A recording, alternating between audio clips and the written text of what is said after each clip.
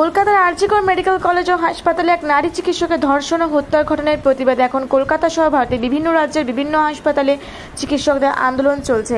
আজ শনিবার পথে নামল কাশীপুর ব্লক তৃণমূল কংগ্রেস কাশীপুর সেবাপ্রতি সংঘের ময়দান থেকে কাশীপুর উপর বাজার মোড় পরিক্রমা করে এসে কাশীপুর হাটতলায় শেষ হয় মিছিলটি। এদিনের এই প্রতিবাদ মিছিলে উপস্থিত ছিলেন রাজ্য তৃণমূল কংগ্রেস সম্পাদক স্বপন বেলতরিয়া, কাশীপুর ব্লক তৃণমূল কংগ্রেসের সভাপতি সুদেব হেমব্রম, কাশীপুর পঞ্চায়েত সমিতির শিক্ষা কর্মাধ্যক্ষ জয়ন্ত রাউত, জেলা তৃণমূল কংগ্রেস কমিটির সদস্য অনিরুদ্ধ মুখার্জি, কাশীপুর ব্লক তৃণমূল কংগ্রেসের সম্পাদক সন্তোষ চ্যাটার্জি সহ বিভিন্ন অঞ্চলের অঞ্চল সভাপতি ও দলীয় কর্মী সমর্থকরা। স্বপনবাবু জানান, সিবিআই যত দ্রুত সম্ভব তদন্ত করে অবিলম্বে হত্যাকারীদের খুঁজে বের করে ফাঁসি দিতে হবে। কাশীপুর থেকে বিশ্বরূপ চ্যাটার্জির রিপোর্ট, রূপসী বাংলা মিডিয়া।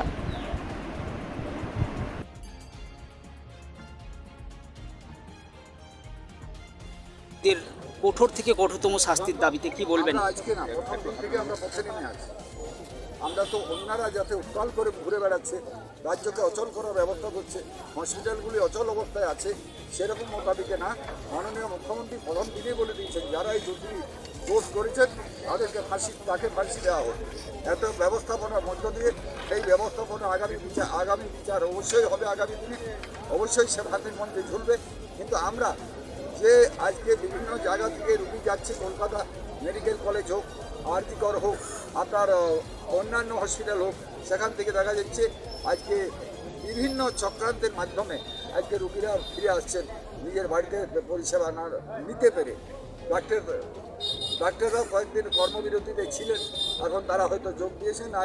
আজের মধ্যে আমরা যেটুকু খবর পাচ্ছি, এত আমরা আশা রাখি যে ডাক্তাররা মহিলারা, নার্সরা যারাই আছেন, তারা যেন সকলেই নিজের পরিষেবায় তারা যোগ দেন। কারণ বাংলায় একজন মারা গেছেন আমাদের খুব দুঃখজনক ব্যাপার, এরকম হওয়া উচিত না। এর সঙ্গে আরও হাজারে হাজারে মানুষ যাতে, যারা রুগী, যারা পেশেন্ট যাতে না মারা যায়, সেই ব্যবস্থাপনা তাদেরকেও দেখতে হবে।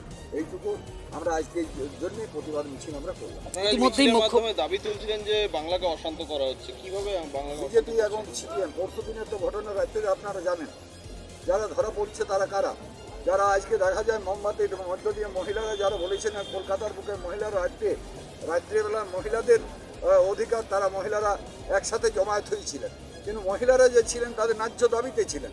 মহিলাদের সঙ্গে কিছু দুষ্কৃতি ঢুকে, যারা হয়তো কাউকে বুঝতে দেয়নি, তার মধ্যখানে হসপিটালে ঢুকে ভাঙচুর, এগুলো তো বিজেপি সিপিএম এদের বাদ দিয়ে কাদের কাজ হতে পারে? এই সকল কাজেই তো সিপিএম বা বিজেপি যুক্ত। আমরা তো দেখতেই পাচ্ছি, যেখানে কিছু হচ্ছে সেখানে বিজেপি যুক্ত আছে।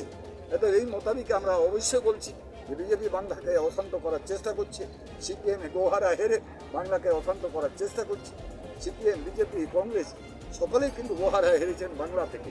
যদিও এই জায়গায় কংগ্রেসের নাম নিচ্ছি না, কংগ্রেস তেমন কোনো নামের নেই, কিন্তু সিপিএম এবং বিজেপি একসঙ্গে আতাত করে তারা বাংলাকে অশান্ত করার চেষ্টা করছে। কি মনে করছেন, সিবিআই তদন্তের প্রয়োজন রয়েছে?